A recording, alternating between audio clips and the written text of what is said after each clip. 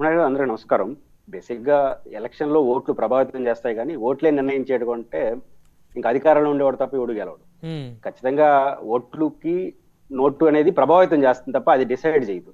ఉమ్, మొదటి అంశం. రెండో అంశం, పులివెందుల ఎన్నికలకు సంబంధించినంత వరకు ఎవరు గెలుస్తారు ఎవరు ఓడిస్తారు అంటే రేపు ప్రజలు ఎంతమంది ఓట్లు వేస్తారు, మాల్ ప్రాక్టీస్ ఎంత జరుగుతుంది అనే పర్సంటేజ్ని బట్టి సాయంత్రం చెప్పవచ్చు. ఉమ్, ప్రజలు నేరుగా ఓట్లు ఎంతమంది పాల్గొంటారు, మాల్ ప్రాక్టీస్ ఎంత జరుగుతుంది, ఈ పర్సంటేజ్ చూసేస్తే రేపు సాయంత్రానికి మనం ఫలితం రాకముందే చెప్పవచ్చు ఎవరు గెలుస్తారని. అది రేపు సాయంత్రం మాట్లాడుకోవచ్చు. ఫస్ట్ పాయింట్ ఏంటంటే, ఇప్పుడు దీపక్ రెడ్డి గారు చెప్పిన 2-3 అంశాలతో ప్రారంభిస్తే, ఎలక్షన్ కమిషన్ ని మొత్తం మీద వైసీపీ ప్రభావితం చేస్తున్నట్టుగా ఇప్పుడు మా తిరుపతిలో 3 వార్డు కౌన్సిల్ కి పెండింగ్ ఉంది.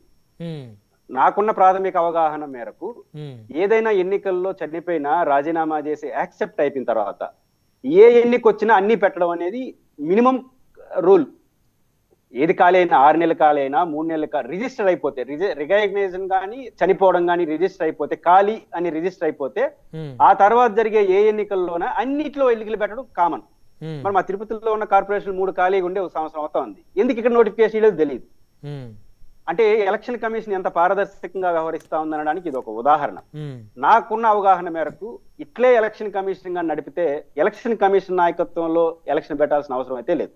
కలెక్టర్ గారో ఎంఆర్ఓగా పెట్టేసి సరిపోతుంది. ఎందుకంటున్నానంటే, ఏదైనా ఒక రాజకీయ పార్టీ ఒక ఆరోపణ చేసినా, ఒక నోటీస్ ఇచ్చినా ఇమ్మీడియట్ గా ఎలక్షన్ కమిషన్ ఏం చేస్తుందంటే సదరు ఆఫీసర్ కి నోటీస్ ఇస్తుంది. ఇది కంప్లైంట్, మీరు ఎవరైనా ఆ ఎవరైనా వాళ్ళు యాక్సెప్ట్ చేసి చేయకపోవచ్చు. గతంలో నిమ్మగడ్డ రమేష్ కుమార్ గారు ఉన్నప్పుడు కూడా నేను తిరుపతి వాటిలో చూశాను.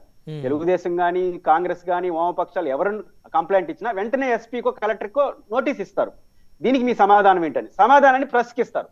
అసలు ఈ ఎలక్షన్ కమిషనర్ అసలు ప్రస్తుతో మాట్లాడరు, రిప్రజెంటేషన్ తీసుకోవడం, నోటిఫికేషన్ ఇవ్వడం తప్ప ఇంకా మాకేం పని లేదన్నట్టుంటే ఎలక్షన్ కమిషన్ అవసరమా అనేది ఒక ప్రాథమిక అంశం. ఇప్పుడు దీపక్ రెడ్డి గారు చెప్పిన దాంట్లో ఒక ఆశాస్పదమైన అంశం ఏంటంటే, ఎలక్షన్ కమిషన్ మేం కానీ ఇంకా 4 ఏళ్లు అధికారంలో ఉన్న పార్టీ మాట ఊరినట్లేదట. ఉమ్, అవును, ఊరినకపోయి మనం నమ్మాలి దాన్ని. అంతే అంటే కదా. 4 ఏళ్ళు అధికారం ఉన్న పార్టీ మాట అధికారులు వినట్లేదంటే అది ఎవరు నమ్ముతారా?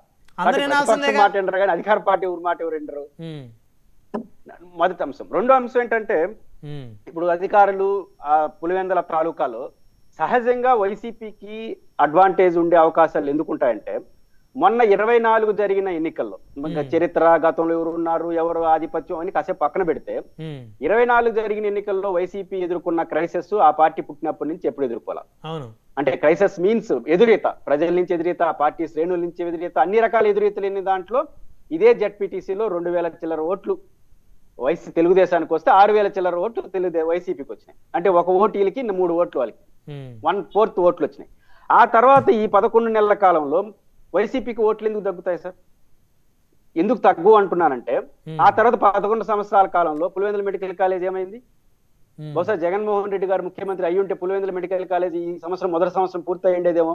మెడికల్ కాలేజీలో ఆ మెడికల్ సీట్లు ఉండాలని పోవాల పోయే పరిస్థితి వచ్చేసి పూర్తిగా ఆ 50 సీట్లు ప్రారంభించలేదు. ఎందుకంటే మెడికల్ కాలేజ్ ఇష్యూ ఎందుకు తీసుకొస్తున్నానంటే, పులివెందుల మున్సిపాలిటీ వేరు, జెడ్పీటీసీ వేరు కాదు. ఎందుకంటే దాని చుట్టే ఉంటాయి. అవును, ఒకప్పుడు పులివెందుల జెడ్పీటీసీని, ఇప్పుడు పులివెందుల మున్సిపాలిటీ 10 గ్రామాలు 6 పంచాయతీలు వేరైనాయి. ఉమ్, రెండో అంశం, ఎలక్షన్ కమిషన్ ఎందుకు అవసరం లేదంటున్నానంటే, బ్రహ్మనాయుడు గారు మీకు తెలుసు, ఒక ఎమ్మెల్యే గాని ఎంపీ గాని పోటీ చేస్తే ఆ అభ్యర్థికి ఒక వాహనం, ఆ అభ్యర్థి తరపున ఏజెంట్, జనరల్ ఏజెంట్ కి ఒక వాహనం, ఒక ప్రచార వాహనం తప్ప ఎవరిని అలో చేయరు. అంతేనా? ఈ రోజు అన్ని రాజకీయ పార్టీలు తమ స్టేటస్ లో పెట్టుకుంటున్నా ఏమని, 10 వెహికల్స్ 50 వెహికల్స్ సినిమాలో లాగా పరిగెత్తా ఉంటే దాని వాళ్ళు స్టేటస్ లో పెట్టుకుంటున్నారు. ఇంక ఎలక్షన్ కమిషన్ ఏం చేస్తా ఉంది? అవును, 10ల సంఖ్యలో అదే అది లీడర్లకి ఒక ప్రెస్టేజ్ ఇష్యూ అయిపోయింది.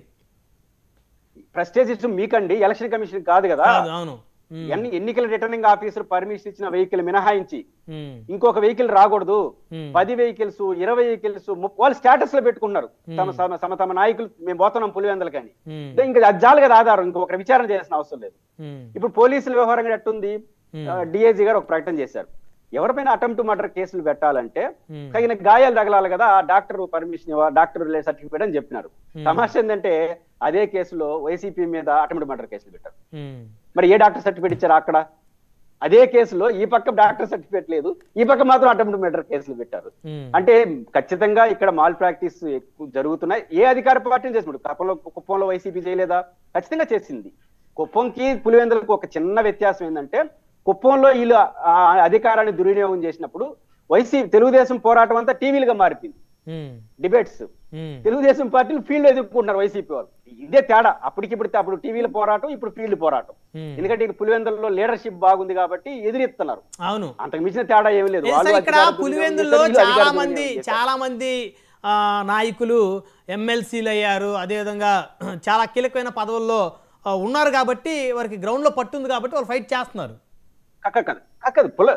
కుప్పంలో కూడా చాలా మంది చంద్రబాబు నాయుడు గారు ప్రోత్సహించారు, ఎమ్మెల్సీలు ఇచ్చారు, టీటీడీ బోర్డు మెంబర్ ఇచ్చారు. బట్ ఇట్స్ నాట్ గ్రామ స్థాయి లీడర్షిప్ వైసీపీకి బలంగా ఉంది పులివెందుల్లో. ఉమ్, బై క్యాస్ట్ అందామా, ఇంకోటి అందామా, అవును. వాళ్ళకి బలమైన పట్టుంది. పులివెందులు కావచ్చు, కడప జిల్లా ఆ పట్టున్నలో ఎదుర్కొంటున్నారు అంటున్నాను, ఫేస్ చేస్తున్నారు. ఉమ్, ఏదో ప్రజాస్వామ్యం కూని అయిపోయిందని యుద్ధ భూమిని వదిలేయకుండా యుద్ధంలో పోరాడుతున్నట్టు అంతే తప్ప ఇంకంత మించిన అంటే తేడా ఏం లేదు. మీ ఉద్దేశం ఖచ్చితంగా ఏంటి రేపు పురుషోత్తమ్ రెడ్డి ఎన్నికల్లో గారు? మీ ఉద్దేశం ఏంటి? కూని అయిపోయిందా ప్రజాస్వామ్యం?